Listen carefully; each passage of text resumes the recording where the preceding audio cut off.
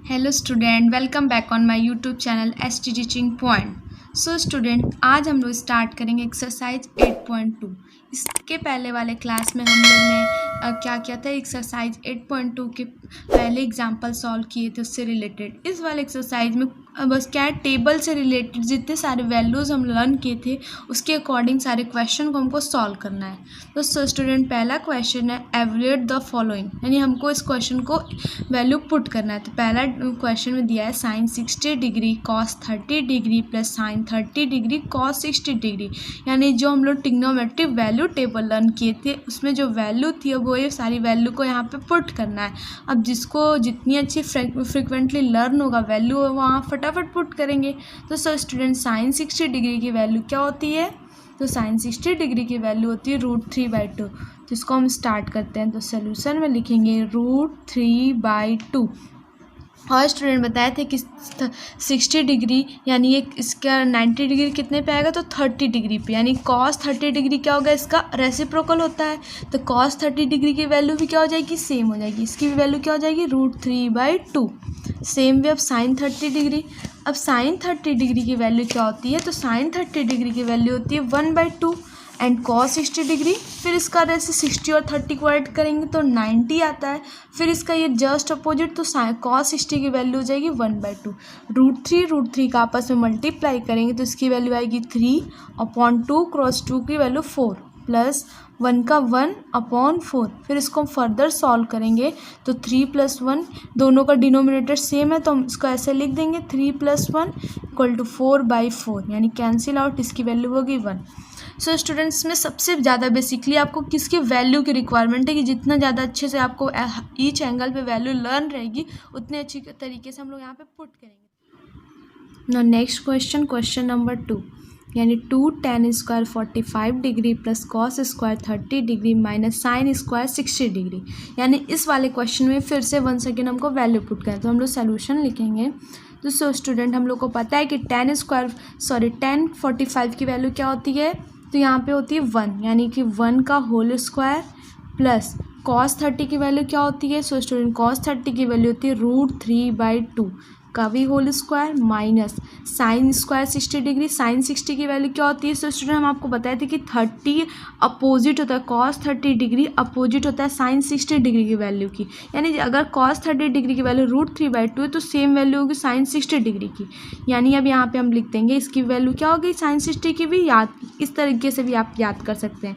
तो इसकी वैल्यू हो जाएगी 2 + 3/4, स्क्वायर करेंगे तो अंडर रूट कैंसिल आउट हो जाएगा, फिर इधर से बाहर है तो 3/4। तो स्टूडेंट, इसकी वैल्यू आ गई 2 + 0, ये दोनों कैंसिल आउट हो गए तो इसकी वैल्यू आ गई 2 आंसर। अब हम लोग फर्दर थर्ड क्वेश्चन को देखते हैं। So student, third question is cos 45 degree upon sec 30 degree plus cosec 30 degree.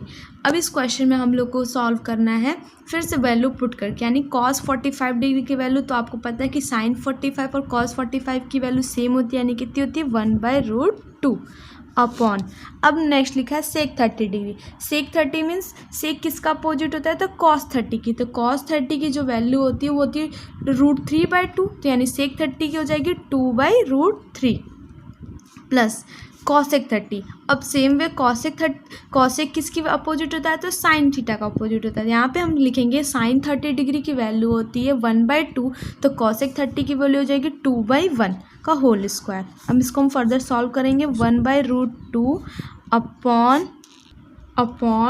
2/√3 plus, sorry यहाँ पे स्क्वायर नहीं होगा, इस क्वेश्चन में स्क्वायर नहीं, यानी 2। अब इसको हम फर्दर क्या करेंगे? एलसीएम लेंगे। तो 1/√2 अपॉन अंडर√3, इससे इसे कैंसिल हो जाएगा, 2 + √2√3 क्या होगा? √3 से डिवाइड होगा तो √3 फिर मल्टीप्लाई होगा। अब इसको हम ना अच्छे से लिख लेते हैं 1/√2, ये जो बड़ा अपॉन है मीन्स डिवाइड है, तो इसको हम ऐसे भी लिख सकते हैं 2 + 2√3 अपॉन √3। फर्दर हम क्या कर सकते हैं कि 1/2 मल्टीप्लाई का रूल होता है कि अगर कोई फॉर्म डिवाइड में हो तो इसका क्या हो जाता है? अपोजिट होता है, यानी रेसिप्रोकल हो जाता है, तो यानी √3 हमारा न्यूमरेटर में आ जाएगा और ये सारी वैल्यू आ जाएगी डिनोमिनेटर में। अब हम करेंगे कि 1/√2 2 मल्टीप्लाई √3/2 प्लस 2√3 आया। अब हम स्टूडेंट हम इसको लिखेंगे 1/2 इंटू √3। दोनों में 2 वो लग रहा है, सेम लग रहा है, तो इसको हम क्या लेंगे, कॉमन, तो ये बन जाएगा 1/√3। अब इसको हम फर्दर लिख देंगे 1/√2 इंटू √3/2 इन ब्रैकेट 1 प्लस √3। अब स्टूडेंट हम लोग को पता है कि हमें पता है कि जो √3 होती है वो अपॉन में नहीं होती, डिनोमिनेटर में नहीं होती, हमेशा न्यूमरेटर में होती है। उसको करने के लिए हम एक पढ़े हैं रेशनलाइजेशन। तो रेशनलाइजेशन में हम क्या करते हैं कि ऊपर नीचे उसका मल्टीप्लाई करते हैं। तो इसमें भी हम पहले रेशनलाइज करेंगे। जैसे यहाँ पे लिखा है 1 प्लस √3, तो इसका वो लेंगे कॉन्जुगेट फॉर्म लेंगे, तो इसका कॉन्जुगेट होगा 1 प्लस का 1 माइनस √3। तो हम इसका मल्टीप्लाई करेंगे इसके कॉन्जुगेट फॉर्म से, यानी कि 1 माइनस √3 अपॉन 1 माइनस √3। ये रेशनलाइजेशन का रूल होता है कि कभी भी जो अंडर रूट वैल्यू होती है वो अपॉन में मतलब नीचे डिनोमिनेटर में नहीं होती है। तो अब इसको मल्टीप्लाई करेंगे फर्दर, तो हम लिखेंगे √3 in bracket 1 minus √3 upon √2 in bracket 1 plus √3 और इन ब्रैकेट 1 माइनस √3। अब मल्टीप्लाई करेंगे तो आ जाएगा √3 माइनस √3 का मल्टीप्लाई करेंगे तो वैल्यू आएगी 3 2 फिर √2 इंटू 2। और स्टूडेंट ये फॉर्म आपको दिख रहा है कि a प्लस बी एक ब्रैकेट में a माइनस बी, यानी a² माइनस b² की वैल्यू 1 माइनस 1a का स्क्वायर माइनस b का स्क्वायर की वैल्यू आ गई। फिर इसको हम लिखेंगे √3 minus 3 upon √2 into 2 1 minus 3। So student यहाँ पे हम लोग लिख देंगे कौन सा फॉर्मूला हम लोग यूज़ किए। तो हम लोग लिखेंगे कि a² माइनस b² इक्वल टू एक ब्रैकेट में a प्लस बी और नेक्स्ट ब्रैकेट में a माइनस बी। ये वाला फॉर्मूला हम लोग अभी फर्दर यूज़ किए यहाँ पे, क्योंकि यहाँ पे था 1 प्लस √3, यहाँ पे था 1 माइनस √3। तो इसको हमने लिखा ना कि a² यानी 1 का स्क्वायर माइनस √3 का होल स्क्वायर। अब स्टूडेंट अब फर्दर इसको सॉल्व करते हैं। तो हम लोग ने ये वाला फॉर्मूला यूज़ किया। अब देखते हैं उसके आगे क्या होगा कि तो √3 माइनस 3 अपॉन, ये भी मल्टीप्लाई फॉर्म है तो पहले हम लोग मल्टीप्लाई कर लेते हैं, इंटू 2 3 माइनस करेंगे तो -2, क्योंकि स्टूडेंट -3 की क्वांटिटी ज़्यादा है, यानी जो माइनस साइन है 3 की वैल्यू ज़्यादा है। अब हम इसको फर्दर लिखेंगे √3 माइनस 3 अपॉन √2 इंटू -4, 2 का मल्टीप्लाई हो गया। अब हम फिर से इसको लिखेंगे √3 माइनस 3 माइनस √2 इंटू 4, यानी ये जो माइनस था उसको हमने साइड में ला दिया। अब स्टूडेंट देखिए इधर फिर से हमारे नीचे क्या बच रहा है, √2। फिर से हम इसको रेशनलाइज करेंगे, क्योंकि फिर से हमको पता है कि डिनोमिनेटर में वो अंडर रूट वैल्यू नहीं होती। तो फिर से हम √2 का ऊपर नीचे क्या किया, फर्दर मल्टीप्लाई किए। तो हम इसको लिख देंगे √3 माइनस 3 अपॉन माइनस √2 इंटू 4।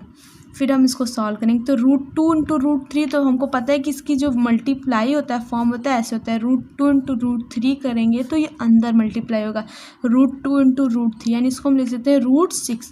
तो इसकी वैल्यू आ जाएगी √6 माइनस, अब ये क्या है 3 मेरा अंडर रूट में नहीं है तो इसको हम पहले बाहर लिख देंगे 3√2 अपॉन, फिर √2 की √2 की आपस में मल्टीप्लाई होगी तो ये पता है फिर से ब्रैकेट में जाएगा तो 2 क्या आ जाएगा, बाहर आ जाएगी, तो 2 इंटू 4 और फर्दर आगे माइनस साइन था तो हम इसको लिख देंगे √6 माइनस 3√2 अपॉन -8।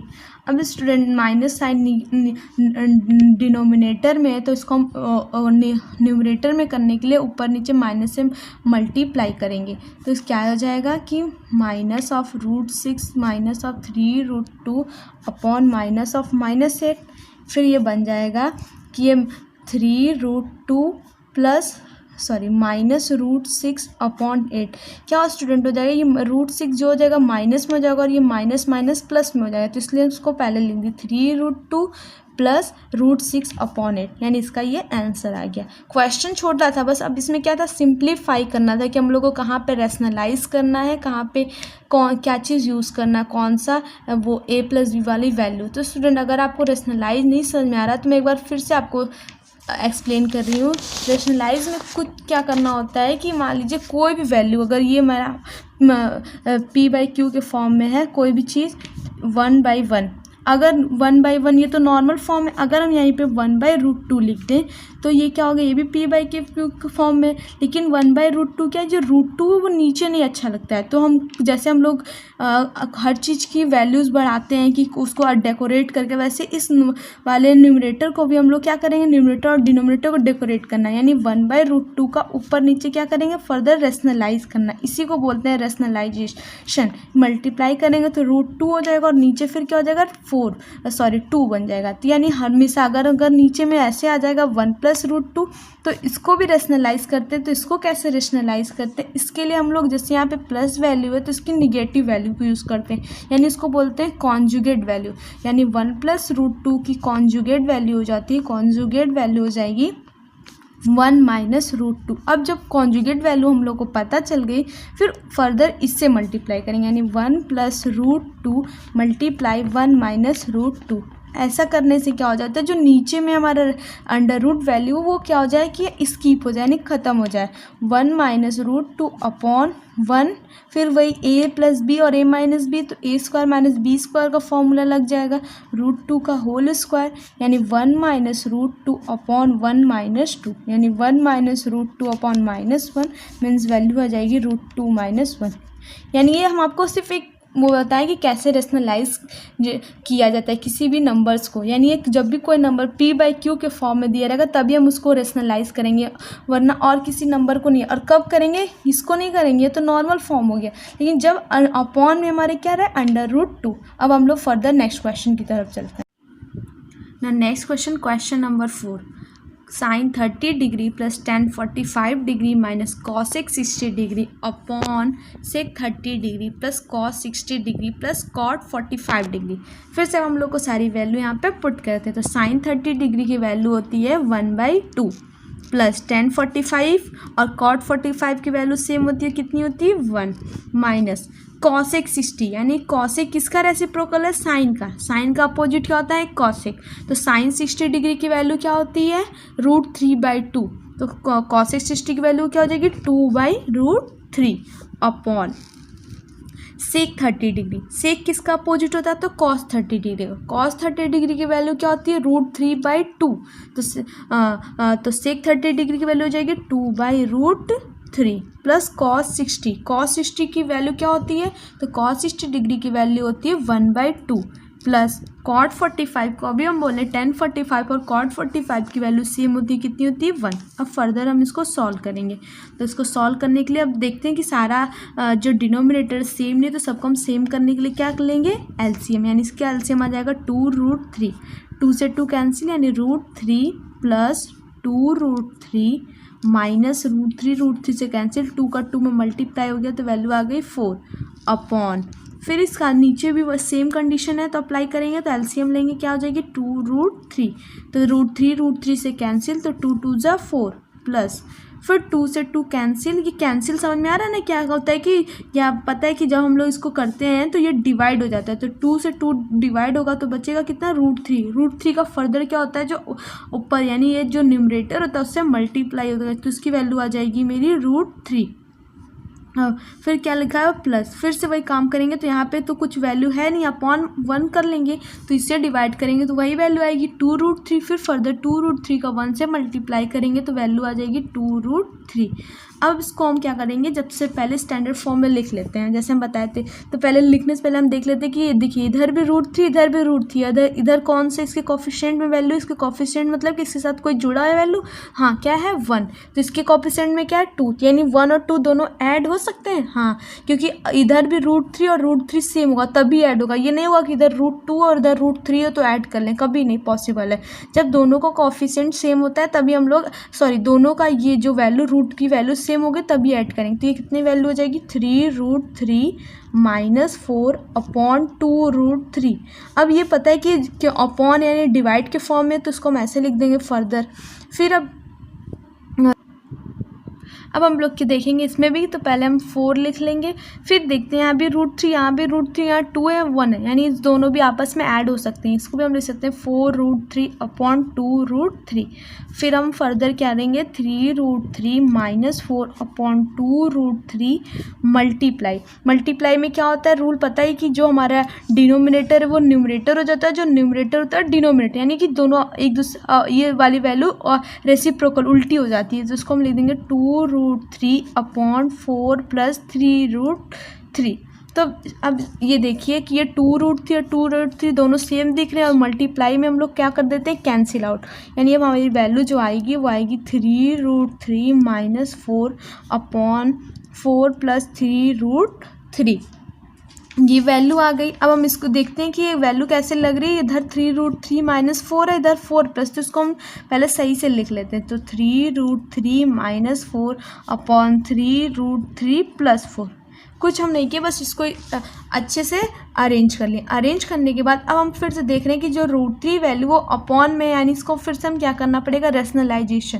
तो हम आपको बताए थे कि रेशनलाइजेशन करने ये तो मतलब क्या है कि इसके साथ कोई एडिशन फॉर्म में कोई चीज़ वैल्यू कांस्टेंट। अब इसके लिए हम लोग क्या करेंगे, इसका कॉन्जुगेट वैल्यू लेंगे। यहाँ पे हम लोग लिख देते हैं ना कि 3√3 + 4 कॉन्जुगेट वैल्यू इज 3√3 - 4, यानी इसकी कॉन्जुगेट वैल्यू हो गई इस वाले वैल्यू की। अब हम फर्दर इस कॉन्जुगेट से इसका रेशनलाइजेशन करते हैं, तो करते हैं 3√3 - 4/3√3 + 4 multiply 3√3 - 4/3√3 - 4।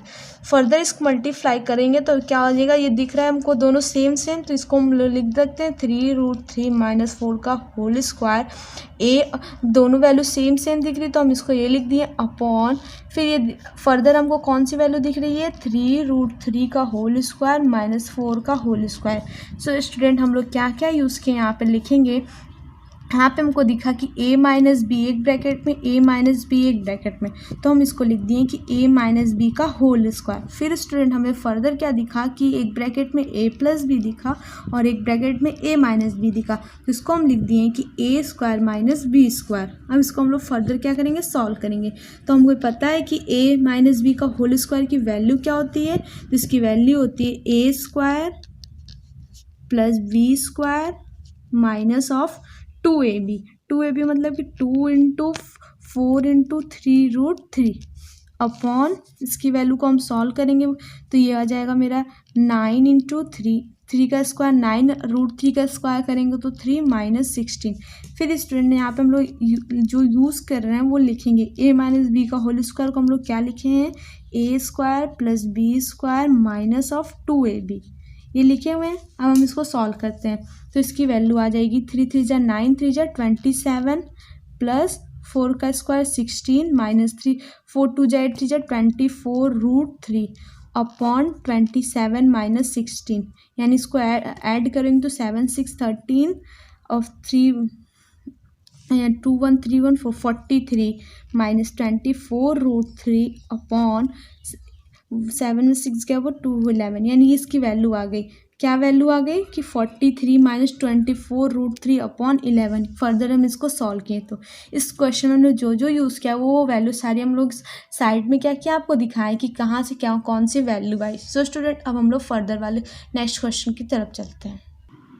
So student, now next question 5. 5 cos square 60 degree plus 4 sec square 30 degree minus 10 square 45 degree upon sin square 30 degree plus cos square 30 degree. So students को आप लाइन मत समझ लीजिएगा, ये अपॉन फॉर्म यानी डिवाइड का फॉर्म, ये हर question में आ रहा है, बड़ा बन सकता है छोटा बन सकता है ना। ये मत समझिए कि ये ऊपर का क्वेश्चन है नीचे का क्वेश्चन, ऐसा नहीं है, डिवाइड फॉर्म होता है। तो इसको हम फर्दर सॉल्व करेंगे। तो सॉल्व करने के लिए फिर से हम क्या करना है भाई, वैल्यू पुट करना है। इसके लिए तो आप लोग हीरो हैं, तो आप लोग क्या करेंगे, cos स्क्वायर 60 डिग्री की वैल्यू, तो यहाँ पे हम लोग लिखें 5 मल्टीप्लाई cos 60 की वैल्यू क्या होती है, तो ये हम आपको पता है कि कितनी होती है 1/2। 1/2 का यहाँ पे स्क्वायर करेंगे 4, फिर क्या लिखा है सेक, तो सेक किसका अपोजिट होता है, तो सेक होता है हमारा cos का। तो कॉस 30 की वैल्यू होती है √3/2, तो सेक की 30 की वैल्यू हो जाएगी 2/√3 का होल स्क्वायर, माइनस tan 45 की वैल्यू आपको ऑलरेडी अच्छे तरीके से लर्न हो गई 1।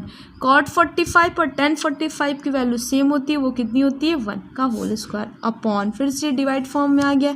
तो sin 30 की वैल्यू, इसकी वैल्यू आप तो अच्छी तरीके से लर्न कर लीजिए 1/2 का होल स्क्वायर प्लस, अब cos 30 डिग्री की वैल्यू, तो अभी हम लोग ने लिखा कि जो होता है सेक वो 30 का अपोजिट होता है cos, यानी अगर 2/√3 लिखें तो यहाँ पे हम लोग क्या लिखेंगे √3/2 का होल स्क्वायर। फर्दर अब हम इसको सॉल्व करेंगे, तो 5 × 1/4 प्लस, अगर आप चाहे तो इंटू ऐसे भी लगा सकते हैं, डॉट फॉर्म में ऐसे भी लगा सकते हैं, 2 का स्क्वायर करेंगे तो 4/3 -1 अपॉन 1/4 प्लस 3/4। फिर से अब इसको सॉल्व करेंगे तो क्या आ जाएगा 5/4 प्लस 16/3 -1 अपॉन, फिर से इसको सॉल्व कर लीजिए तो दोनों वैल्यू सेम लग रही है 1 + 3। अब इसको क्या करेंगे, फिर से सारा हम लोग को नीचे का डिनोमिनेटर वैल्यू सेम नहीं है, तो हम इसका फिर से फर्दर एलसीएम लेंगे, तो 4 3 का एलसीएम 12, 4 से डिवाइड करेंगे 12 को तो 3 बार में कैंसिल आउट होगा। फिर 3 का क्या करेंगे 5 से मल्टीप्लाई, तो इसकी वैल्यू आ जाएगी 3 5 = 15 प्लस, फिर 3 का 12 से डिवाइड करेंगे तो 4 का 16 में मल्टीप्लाई करेंगे तो कितनी वैल्यू आएगी 64 माइनस, फिर आप यहाँ पर डिवाइड करेंगे 1 से तो यह 12, यहाँ पे इसके नीचे 1 है ना, तो फिर इससे डिवाइड करेंगे तो आएगी वैल्यू 12, और फिर 12 का फर्दर 1 से मल्टीप्लाई करेंगे तो वैल्यू आ गई 12।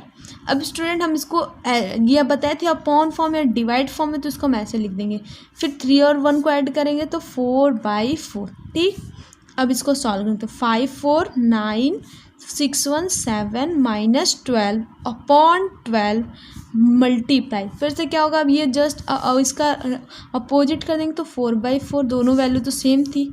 अब इसको माइनस की तो 9 में से 2 गया 7, 7 में से 1 गया 6/12 इंटू 4 से 4 क्या होगा, यहाँ पे कैंसिल आउट हो गया, दोनों वैल्यू सेम होती है तो पता है सिंपलेस्ट फॉर्म क्या हो जाएगा 1, यानी इंटू 1, यानी इसकी वैल्यू आ गई 67/12 आंसर। इस क्वेश्चन के लिए बस आपको क्या होना चाहिए, पेशेंस। आप पेशेंस से इस क्वेश्चन को पूरा धीरे धीरे सॉल्व कीजिए, बहुत अच्छी तरीके से क्वेश्चन